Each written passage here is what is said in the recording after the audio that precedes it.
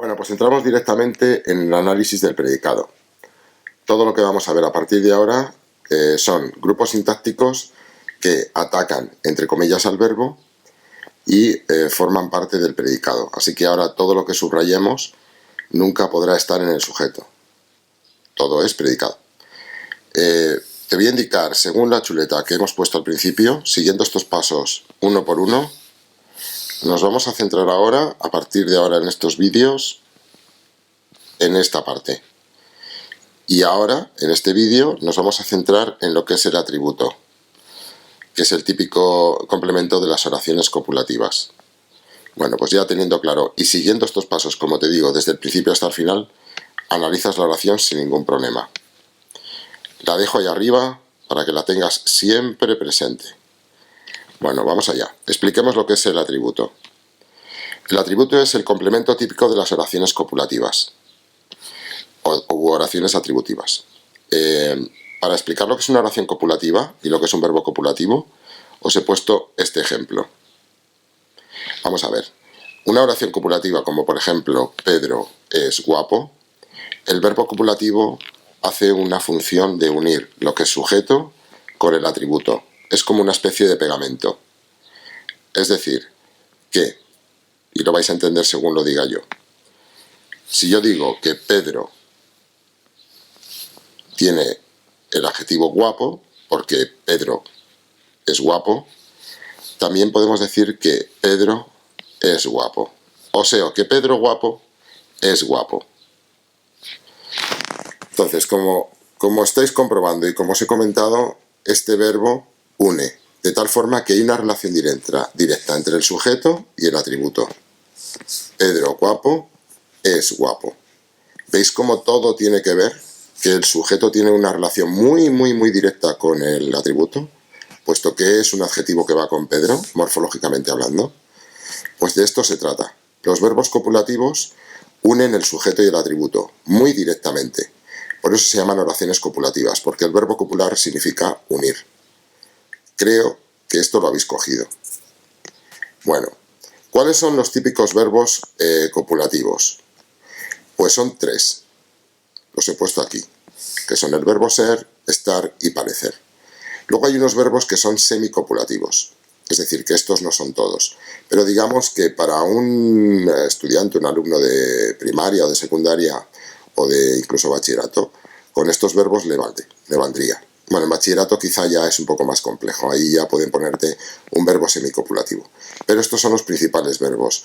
Así que yo les digo a mis alumnos que se aprendan estos tres verbos y que nada más comprobar el verbo de la oración, a la hora de marcarlo como núcleo predicado, si encuentran estos tres verbos en cualquier forma verbal, había sido, sería, estaría, pareció, etc., entonces ya hay muchísimas posibilidades de que haya un atributo, aunque hay una excepción que os la voy a poner al final.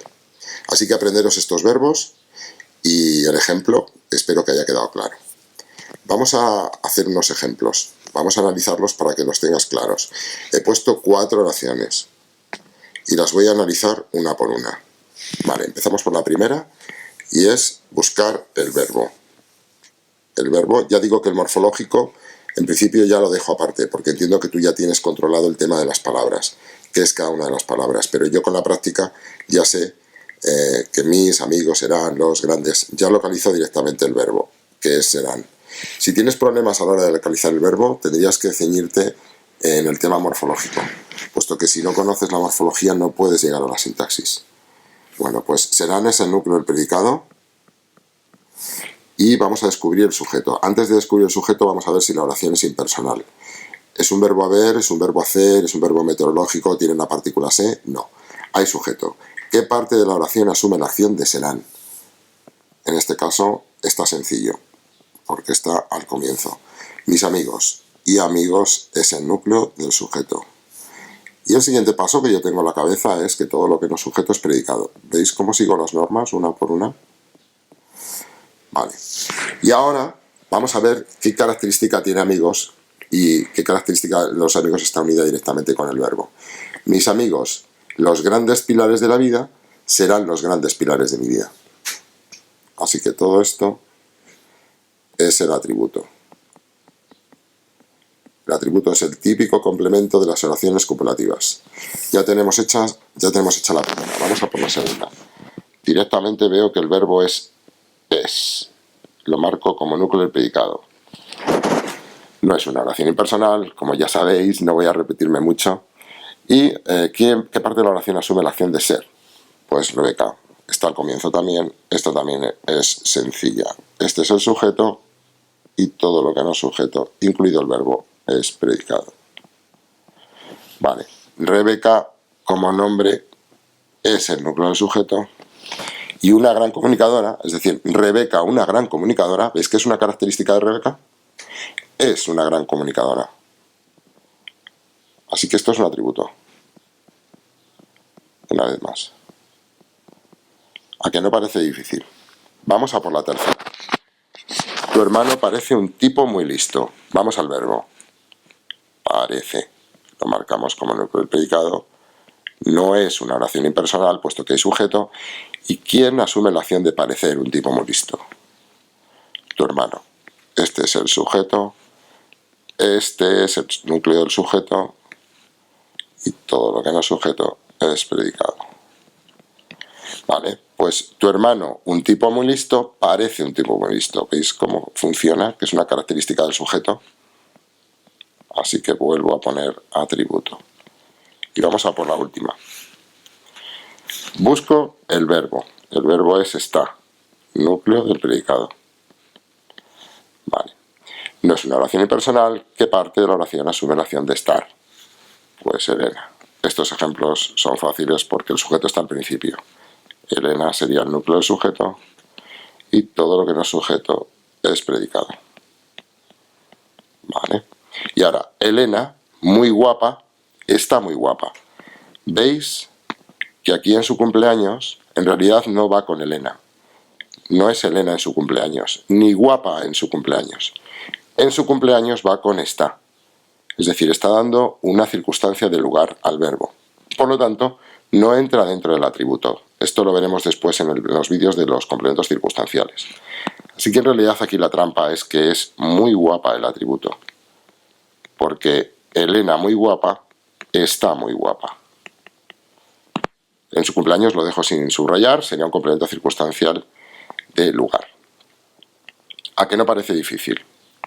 Bueno, una pequeña excepción que os tengo que decir. Cuidado con esta trampa en un examen. No es complicada de entender, pero sí hay que tenerla en cuenta. Vamos a ver.